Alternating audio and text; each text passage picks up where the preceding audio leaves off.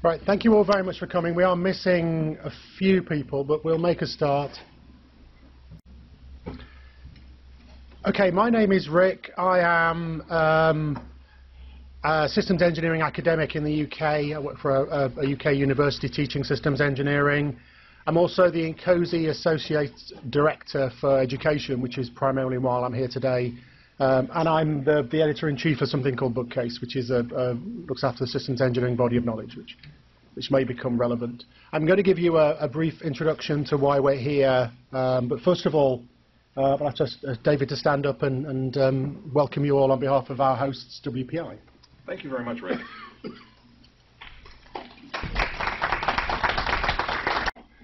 So first of all, I'd like to welcome you all. It's a pleasure to have you here on the campus today. What I'm going to do right now is give you a little bit of an introduction to the WPI campus. I understand that for many of you, this will be your first visit to WPI, so it might be something to have a little context that might be valuable to your visit. And I understand that it's probably your first visit here because I understand that this is the first academic forum to take place on the WPI campus and the first international meeting of the INCOSE to take place on the WPI campus. So let me say something about who and what we are. Here you have a picture of the WPI campus map.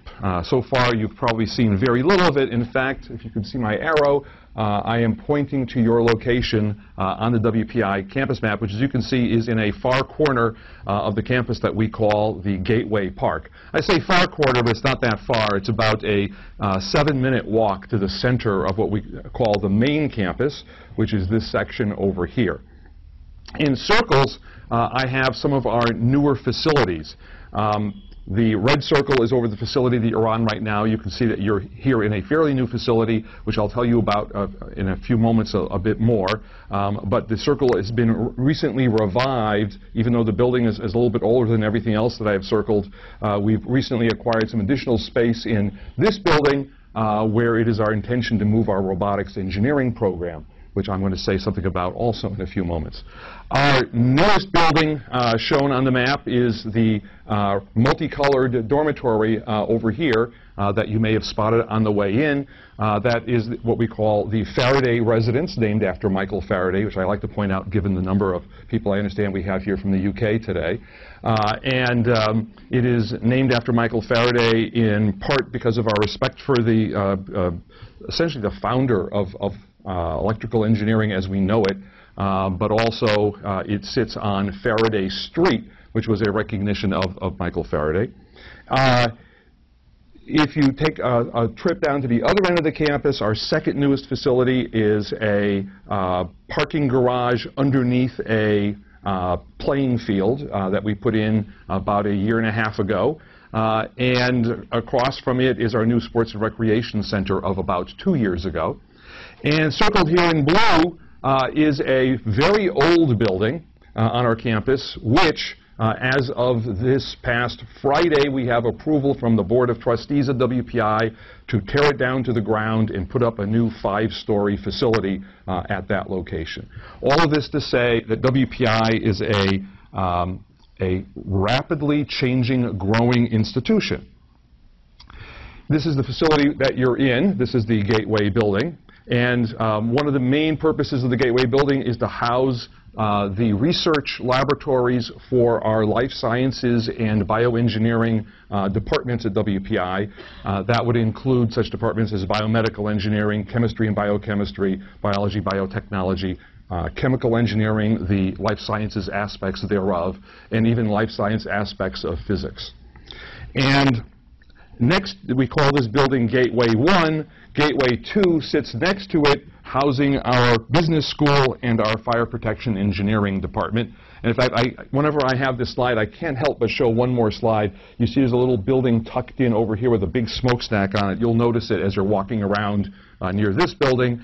That is the Burn Laboratory that was built specifically so our fire protection engineering department would have a one-of-a-kind in the United States facility in which one has a room large enough in which to build a two-story wooden family dwelling and burn it down to the ground while collecting all relevant heat production and gas production information.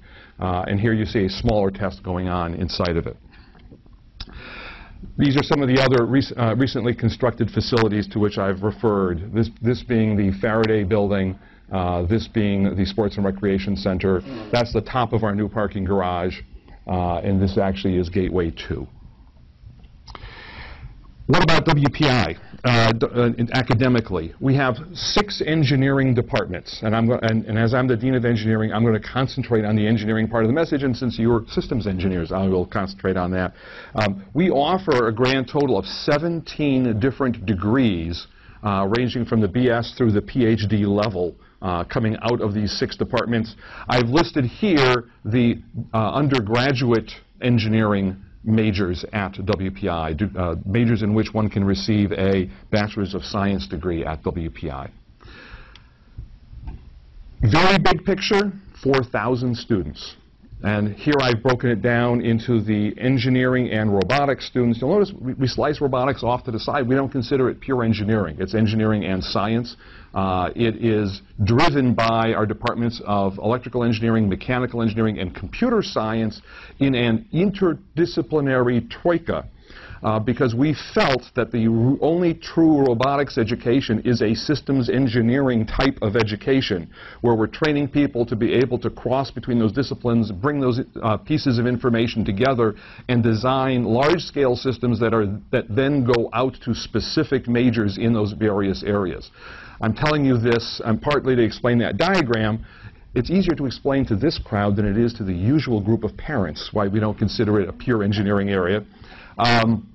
But all told, including robotics, engineering comprises approximately 2/3 of all WPI students at the undergraduate program level. This is a breakdown by major in undergraduate education, and as you can see, mechanical engineering, as it is in many engineering schools, is our largest department. But as you look around the diagram, you will see another major interdisciplinary area, biomedical engineering, which again incorporates technology from across many disciplines. Our faculty have some of their original degrees in mechanical engineering, electrical engineering, biology and biotechnology, etc. And it now represents the 2nd largest undergraduate program at WPI. You'll also notice the size of the slice of robotics engineering. If you don't think that you can sell the notion of a systems-based degree to undergraduate students, allow me to point that out at 9% and growing rapidly. It's our fastest growing department at WPI. At the graduate level, I'm going to be briefer. We have about 2,000 graduate students. Approximately 800 are full-time, on-campus residential graduate students. The remaining roughly 1,200 come from the local industry. And again, engineering represents approximately 1/2 of all of our graduate students, with a much larger slice being taken by our management program.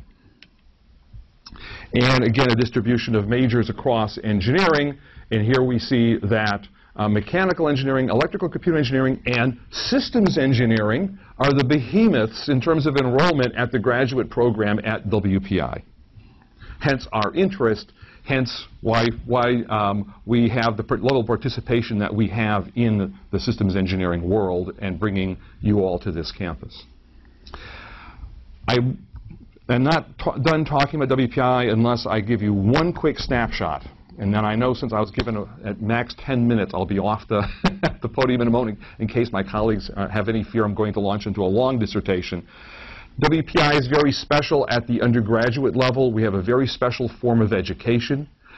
We adopted this special form of education in 1969. We implemented it for the incoming freshmen of the class of 71. Excuse me, for the students who arrived in 71, class of 75, of which I'm, by the way, a proud member of that class. And we have since then put in more than 40 years of a very different program that we call the WPI Projects Plan. and that is that our students, both engineering and non-engineering alike, undergo an undergraduate experience at WPI, which is all about projects. From projects in their freshman year in looking at the great problems of the world and doing research and applying themselves to looking at potential solutions, to a project in the humanities arts rather than simply a set of courses they actually have to perform in some function within their area of study, to what we call our interactive qualifying project in the junior year, where they spend a quarter of their year basically at work on a large-scale project that deals with the problems of society in some fashion directly. Most of these conducted at an off-campus project center, which I'll tell you about in a few moments. And then finally, another quarter of the year is spent in their senior year doing a major qualifying project, a project in their major field of study where they have to do a